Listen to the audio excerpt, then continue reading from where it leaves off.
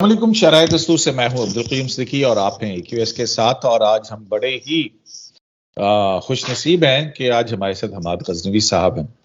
بڑے بہت ڈھونڈنا پڑتا ہے، کیا کریں، لیکن ہیرا ایسے تو نہیں ملتا جناب. کوشش اور محنت تو کرنی پڑتی ہے. زیب داستان ہے یہ سب. آگے چلیے. حماد صاحب یہ بتائیے، میں تو آپ ملک سے باہر ہوں لیکن ظاہر ہے آپ دیکھ رہے ہوں گے عمران خان صاحب کا لانگ مارچ جو ہے کہاں تک پہنچا، اس کے کیا کیا نتائج برآمد ہوئے، جن نتائج کے حصول کے لیے وہ لانگ مارچ کر رہے ہیں ان میں ان کا مستقبل کیا نظر آ رہا ہے آپ کو؟ لانگ مارچ کے آغاز سے بات کر لیتے ہیں کیونکہ ہمارے شہر میں ہوا تو ہم نے اس کو دیکھا بھی ہے براہ راست. لانگ مارچ کا دیکھیے، یہ حقیقی آزادی کے لیے ایک مارچ خان صاحب جیسے فرماتے ہیں. انہوں نے کہا آخر میں تو یہاں تک بھی وہ آ گئے کہ ہم الیکشن کی تلاش میں نہیں نکلے ہیں. جلدی الیکشن جو ہے یہ تو بہت چھوٹا سا ہدف ہے. ہم تو حقیقی آزادی چاہتے ہیں. تو ہمارے ایمز بہت بلند و بالا ہیں اور یہ تو جہاد ہے جس پر ہم نکل رہے ہیں. کچھ ایسے جیسے وہ کرتے ہیں، ایک دن کچھ بات کرتے ہیں، اگلے دن وہ کچھ اس کی اور وضاحت کسی اور طرف نکل جاتے ہیں. خیر، تو اب خان صاحب نے اتنی بڑی بات کر دی اور اس کے بعد جب وہ لانگ مارچ ان کا آغاز ہوا تو یہ تو بات درست ہے. اب دیکھیے حامی جو ہیں وہ تو کہتے ہیں یہاں پر جم غفیر آ گئے، مخالفین کہتے ہیں بندے نہیں آئے، تباہ ہو گئے، پٹ گئے، یہ کیا ان کا حال ہوا. اچھا، حامیین کی میں نے ابھی ایک چیز دیکھی، میں آپ سے شیئر کرنا چاہتا ہوں کہ یہ دیکھیے کیسے فضا بندی ہوتی ہے. ایک خاتون ہے، وہ میں نہیں جانتا لیکن ان کے میں نے دیکھا 1,00,000 فالوورز ہیں ٹویٹر پر. 1,00,000. وہ لکھ رہی ہیں کہ کاموں کی سے 3,00,000 لوگ جو ہیں وہ شامل ہو گئے ہیں اور یہ اب 7 جا رہے ہیں، اور 5,00,000 لوگ جو ہیں وہ گجرانوالہ میں انتظار کر رہے ہیں. تو اگر آپ اسی حساب سے دیکھ لیجئے تو یہ انشاءاللہ 1.5-2 کروڑ کا مجمع ہو جائے گا جو کراچی پہنچے گا. 1,00,000 فالوورز ہیں ان کے اور وہ یہ بات کر رہی ہیں، اور اس طرح کی بے شمار مثالیں میں نے آپ کو جو ایک ابھی دیکھی وہ میں نے آپ کو پیش کر دی. اچھا، دوسری طرف جو لوگ ہیں خان صاحب کے جو سیاسی مخالفین ہیں وہ کہتے ہیں بھئی یہ کیا مارچ، تو ایک آدمی بھی نہیں آیا.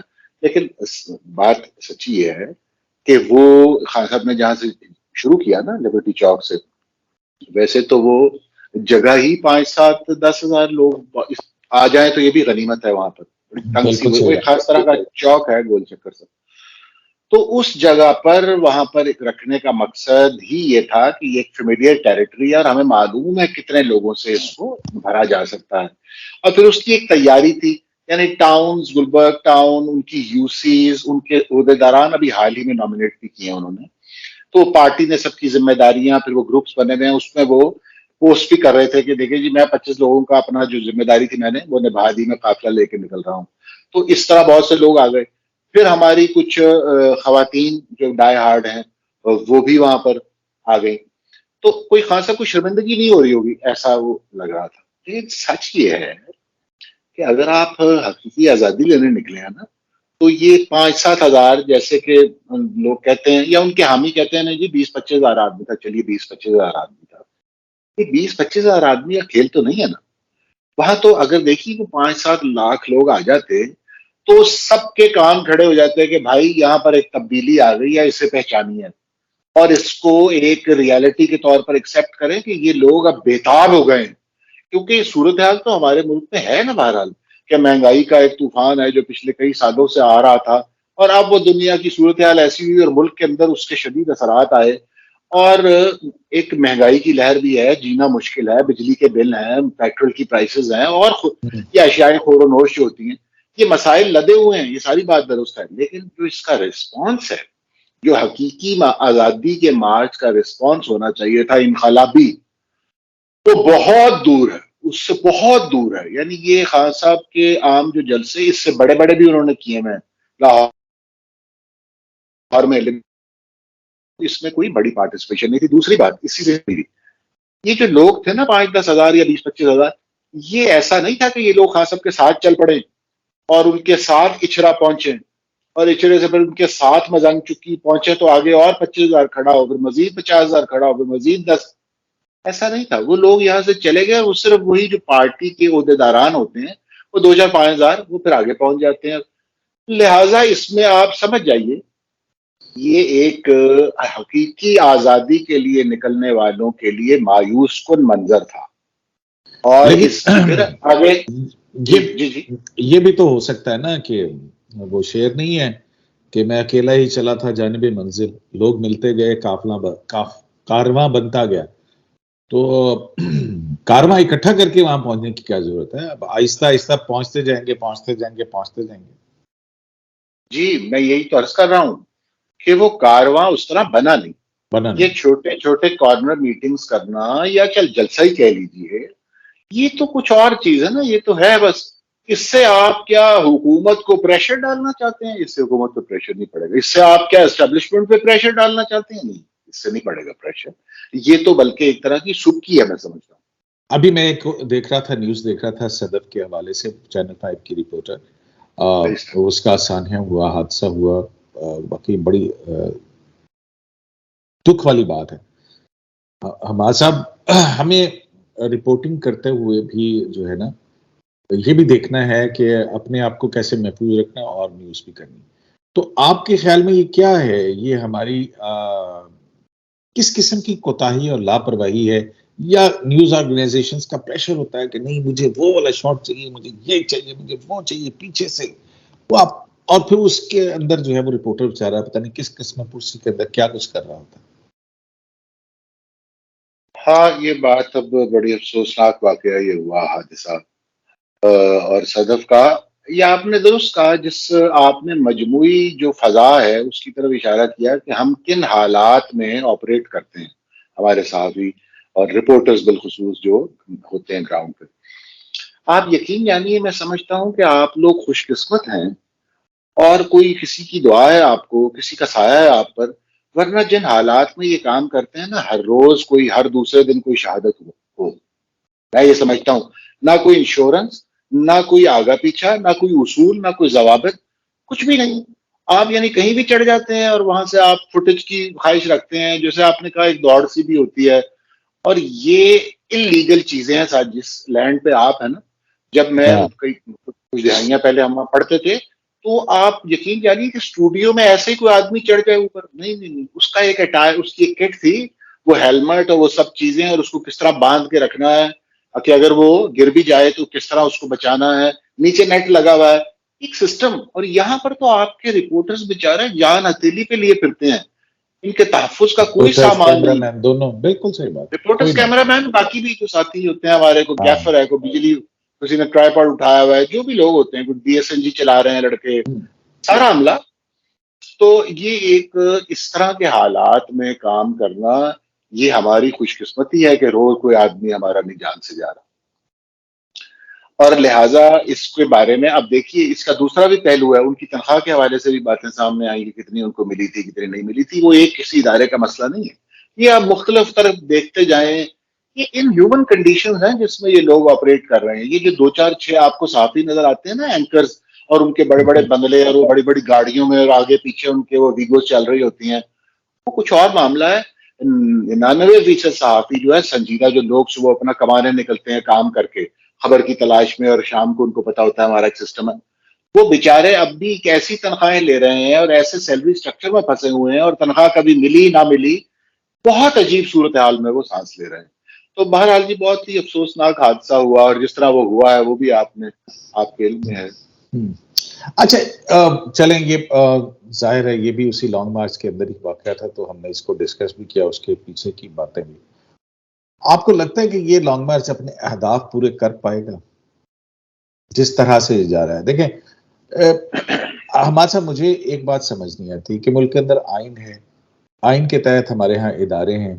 اداروں میں جو سیاست میں کہتے تھے نہیں ہونے چاہیے، وہ سیاست میں وہ کہتے ہیں اب ہم نہیں ہوں گے، ہم اے پولیٹیکل ہو چکے ہیں.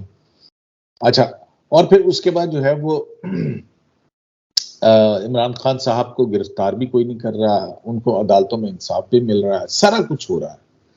تو پھر آزادی کس چیز کی؟ مطلب کہنے کا مطلب یہ میرا یہ ہے کہ کانسٹیٹیوشن موجود ہے، کانسٹیٹیوشنل رول کی طرف آپ جا رہے ہیں، تو پھر آزادی کا کیا طریقہ کار ہے؟ پھر ان کی حقیقی آزادی کون سی والی مانگ رہے ہیں؟ میرا خیال ہے یہ اپنی وہ فین فالوئنگ جو ہے خان صاحب کی، ان کی کنزمپشن کے لیے وہ ایسی تراکیب استعمال کرتے ہیں اور کامیابی سے کرتے ہیں، اور لوگ ان کو فالو بھی کرتے ہیں اور اعتبار بھی لے آتے ہیں اس کے اوپر. لیکن اگر آپ سنجیدگی سے دیکھیں گے تو یہ حقیقی آزادی تو آپ کو نہیں کبھی سمجھ آئے گی یہ کیا ہے. دیکھیے اگر تو حقیقی آزادی وہ ہے کہ پی ٹی آئی کی حکومت ہو تو وہ تو پنجاب میں موجود ہے، اور یہاں 12-13 کروڑ لوگ جو ہیں حقیقی آزادی سے لذت آشنا ہیں. اور یہی معاملہ کے پی کے میں ہے جہاں پہ 10 سال سے حقیقی آزادی چل رہی ہے. تو ہماری سمجھ میں یہ بات نہیں آتی. شاید خان صاحب کوئی لفظ ٹوسٹ کرتے ہیں اور وہ کہتے ہیں کہ حقیقی آزادی کا مطلب ہے، صرف وہ انکل سام کا ذکر نہیں کر رہے ہوتے، وہ کہتے ہیں کہ شاید میں اب یہ ایسے گویڑ جسے کہتے ہیں کہ وہ کہتے ہیں بھئی یہاں پر جن لوگوں نے مجھے اقتدار دیا تھا ان لوگوں کو یہ اختیار نہیں ہونا چاہیے کہ وہ کسی اور کو اقتدار دیں. یہ ہے حقیقی آزادی. تو خان صاحب اپنے اہداف کی آپ نے بات کی نا، زیادہ سنجیدہ بات کرتے ہیں. خان صاحب کے اہداف جو ہیں جلدی الیکشن، وہ اس طرح نہیں ہوگا.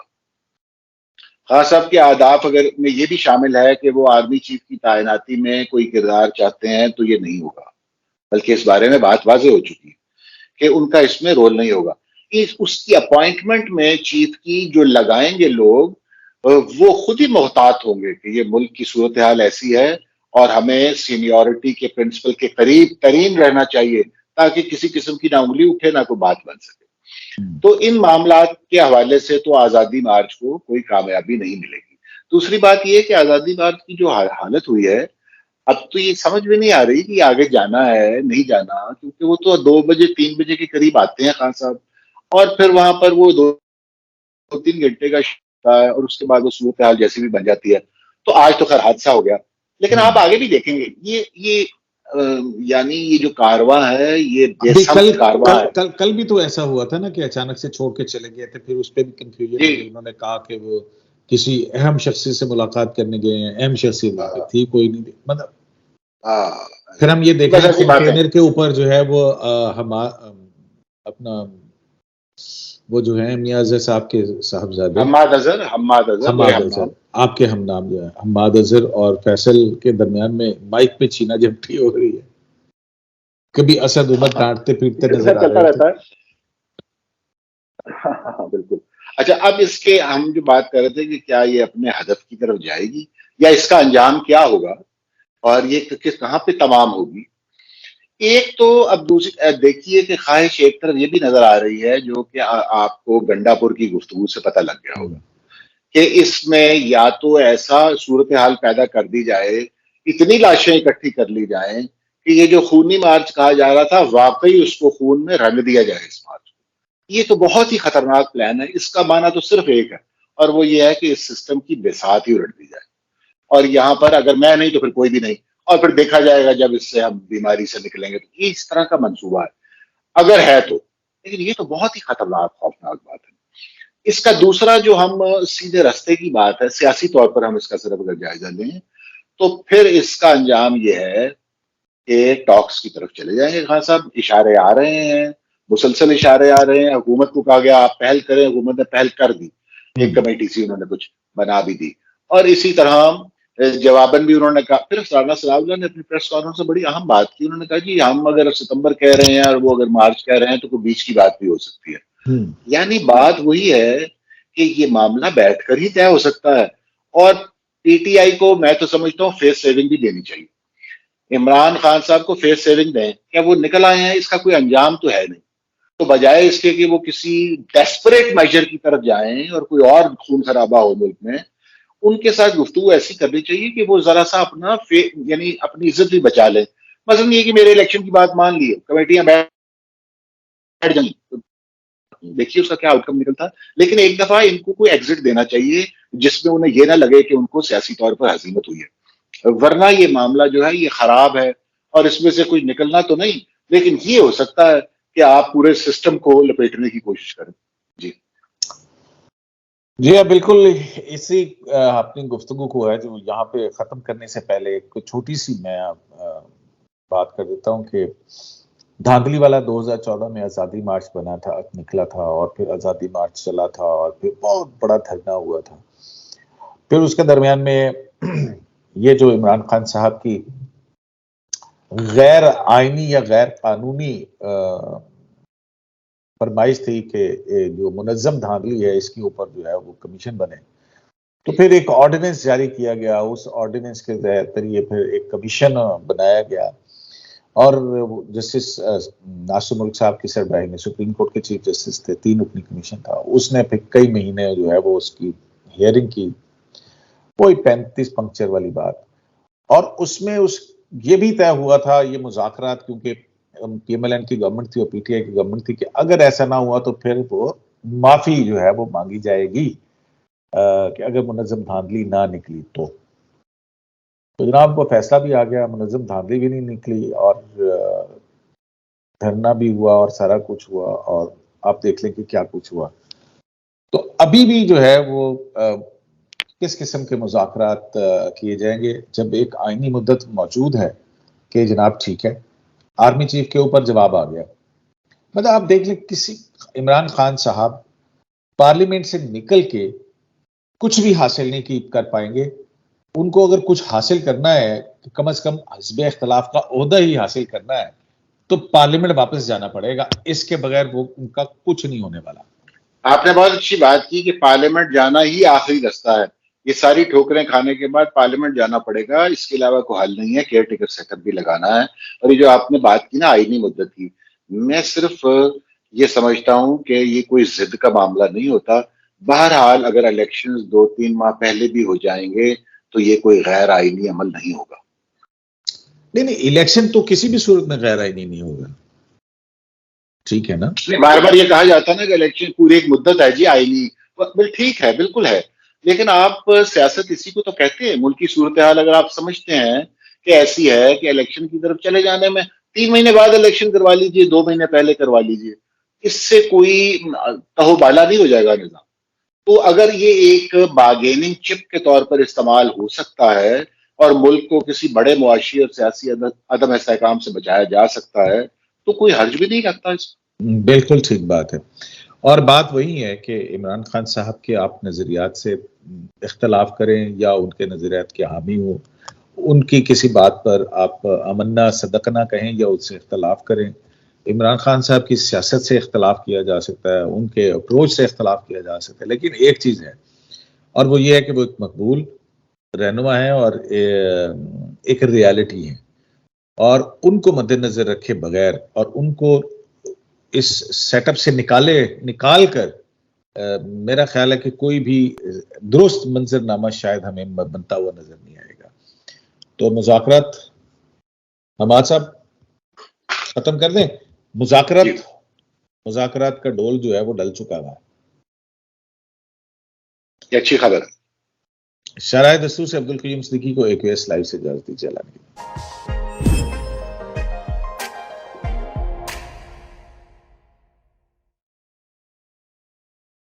یوٹیوب پر گوگلی ٹی وی دیکھنے کے لیے youtube.com کی سرچ بار میں گوگلی ٹی وی ٹائپ کریں۔ گوگلی ٹی وی کے پیج پر سرخ رنگ کے سبسکرپشن والے بٹن پر کلک کرنا نہ بھولیے۔ یوٹیوب پر اپلوڈ ہونے والی ویڈیو سے باخبر رہنے کے لیے بیل آئیکن پر کلک کیجیے۔